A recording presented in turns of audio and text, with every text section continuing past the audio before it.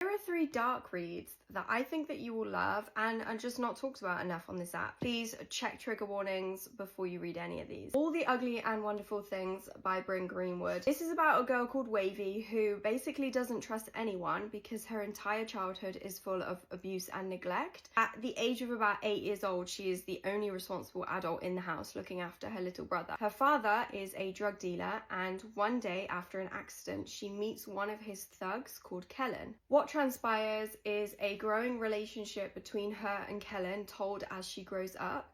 This will leave you really conflicted.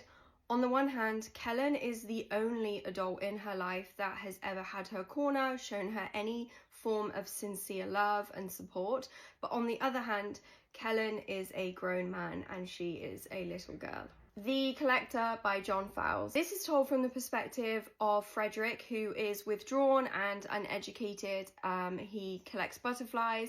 He recently comes into a large sum of money and he becomes obsessed with an art student called Miranda and decides with the money that he's just won, he's going to buy a secluded farmhouse, kit it out with a prison in the basement, and calmly abduct Miranda with the hopes that she will fall in love with him back. This is incredibly creepy. The first part of the book is told from Frederick's perspective. The way that he explains everything so calmly and he is so meticulous about his actions and the way that he justifies everything that he does, you cannot help but feel like it makes your skin crawl. Third part of this book, well, that's just the cherry on top of the cake for how dark this book is. I'm not going to spoil it, but it will leave you very unsettled after you finish reading it. The First Day of Spring by Nancy Tucker. This flicks between Chrissy as a child of 8 years old and Chrissy as an adult under a new identity called Julia.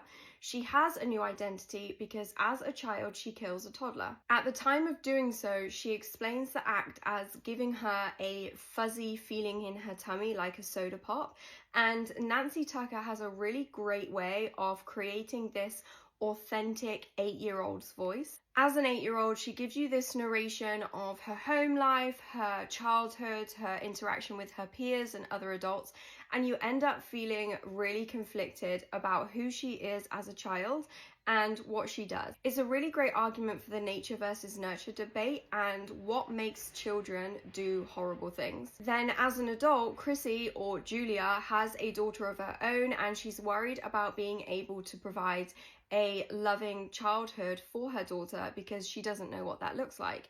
She gets worried that social services are going to take her daughter away. This book is incredibly dark but incredibly thought-provoking.